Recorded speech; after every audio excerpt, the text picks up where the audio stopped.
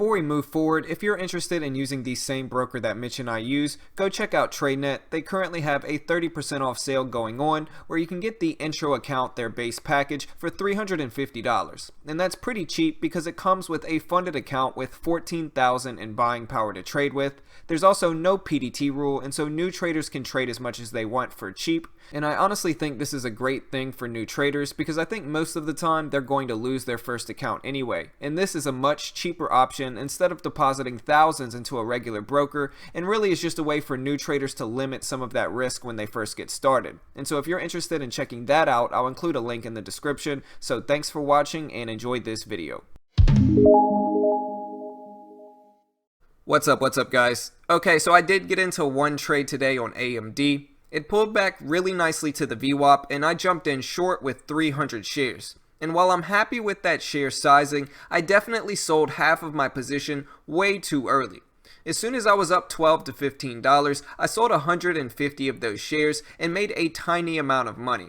And I think my mistake here is that because I'm in the green in my account and because I'm on an 8-day green streak, I'm really rushing into profits. And I've said it before that sometimes green streaks like this can ultimately be a bad thing. Because again, I rush into profits, I don't actually hold the trade long enough to make any reasonable gain out of it. And so that's the thing I need to work on this week. Not only do I need to use large enough sizing to make an impact on my account, but I actually have to have the patience to hold it long enough to make a decent gain.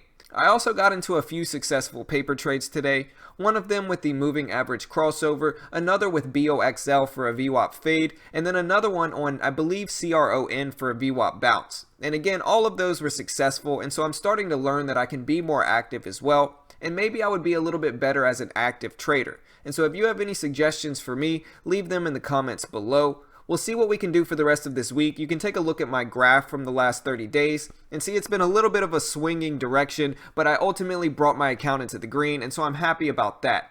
If you haven't already, hit that subscribe button. We day trade live on stream every weekday morning right here on YouTube, and click the like button if you want to help support this channel. Good luck in the markets, and I'll see you all tomorrow morning.